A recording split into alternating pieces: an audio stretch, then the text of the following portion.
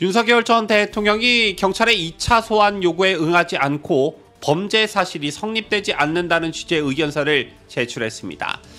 그런가 하면 전한길 전 한국사 강사는 유튜브 방송을 통해 자신을 건드리면 국제 문제로 비화될 것이라며 정부를 향해 강력히 경고했습니다. 자, 오늘 영상에서는 윤 전 대통령을 향한 수사와 전한길 씨의 경고 발언의 정치적 파장, 그리고 이 모든 것이 말해주는 현재 대한민국의 정치 현실을 짚어보도록 하겠습니다.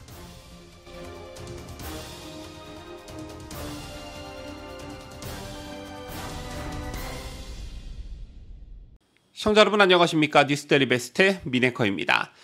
윤석열 전 대통령이 경찰의 소환 요구에 2차례나 불응했습니다. 지난 5일 1차 출석을 요구받은 데 이어 12일로 재차 출석 요구를 받았지만 윤 전 대통령 측은 오늘 오전 경찰에 출석하지 않겠다는 공식 입장을 담은 의견서를 제출했습니다.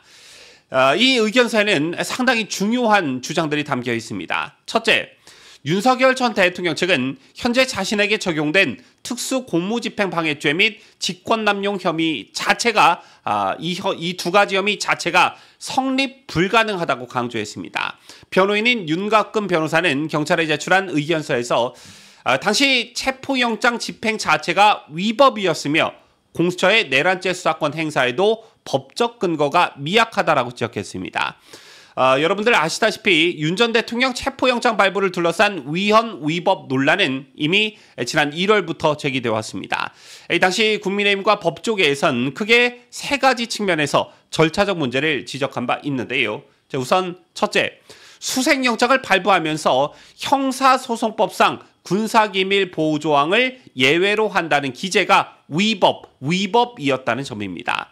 둘째, 공수처가 내란 혐의에 대한 직접 수사권을 보유하고 있지 않음에도 불구하고 무리하게 수사를 진행했다라는 점이었고요. 셋째, 관할 법원을 벗어난 판사 쇼핑 의혹이 그것입니다. 특히 당시엔 판사 출신 장동혁 의원의 말을 빌려보자면 법원은 영장 집행에 있어 형사소송법 규정을 배제할 권한이 없으므로 서부지법 영장전담 판사의 조치는 명백한 위헌이라고 비판한 바 있습니다.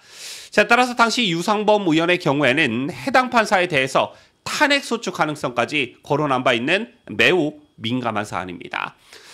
우리가 여기서 주목할 부분은 바로 군사기지법 제9조입니다.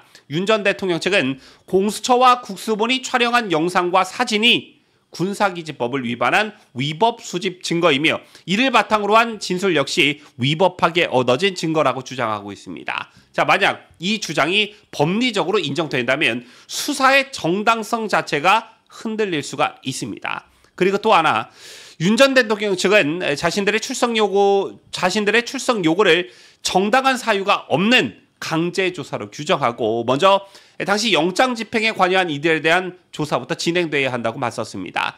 다시 말해서 수사의 순서와 형평성에 대해 정면으로 문제를 제기한 것입니다.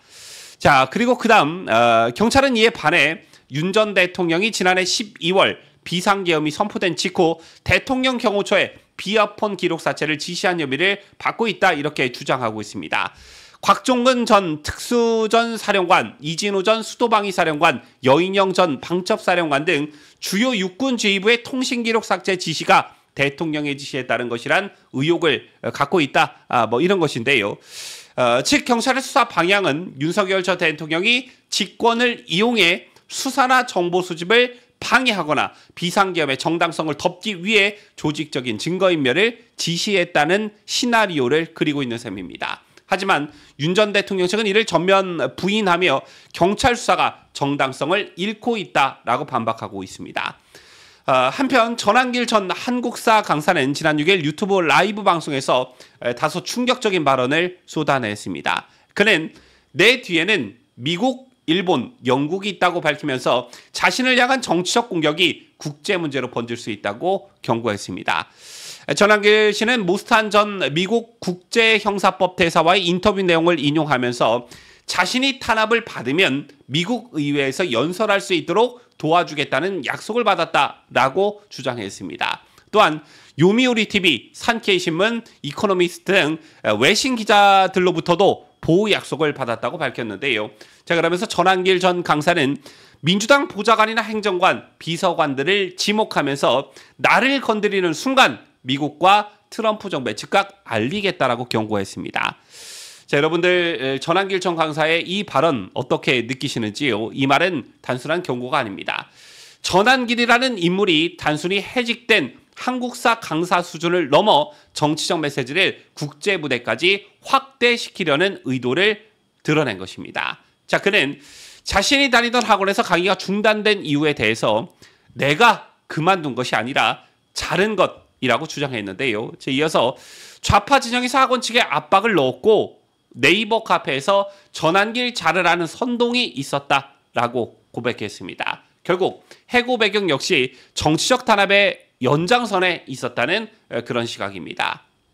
자, 지금 벌어지고 있는 이 두 사건, 즉 윤석열 전 대통령을 향한 경찰 수사와 전한길 강사의 발언은 단순한 개인의 법적 문제를 넘어서고 있습니다. 자, 이 모든 논란은 이재명 정권과 민주당이 전 정권을 향해 벌이고 있는 전방위적인 정치적 공격의 일환이라는 시각이 보수우파 진영 내에 팽배합니다.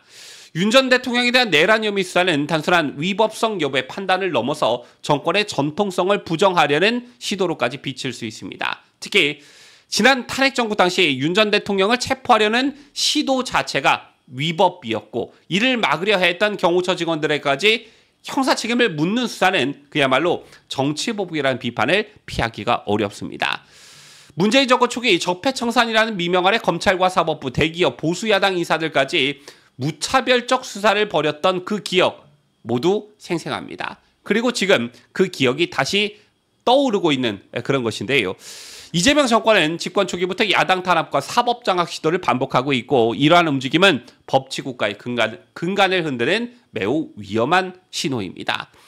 윤석열 전 대통령이 출석 요구에 불응하는 것은 단순한 피의자의 거부가 아닙니다. 법적 정당성이 결여된 무리한 수사에 대한 정치적 항의이며 동시에 보수파 진영 전체가 직면한 현실을 보여주는 상징적 장면이라 할 수 있을 것입니다. 자, 이 정권은 정적을 잡기 위해 사법을 무기화하고 국민의 분열을 조장하고 있습니다. 과거의 적폐청산 시즌2를 보는 듯한 이 상황, 과연 대한민국이 자유민주주의 국가인지 되묻게 됩니다. 이재명 정권의 권력 남용을 이대로 방치한다면 정치보복의 악순환은 끝없이 반복될 것입니다. 윤석열 전 대통령을 향한 수사와 전한길 강사의 국제 여론전, 지금 대한민국은 단순한 정권 교체 그 이상의 갈등을 겪고 있는 것 같습니다. 지금까지 저는 자유대한민국을 소화하는 뉴스데일리 베스트 민앵커였습니다.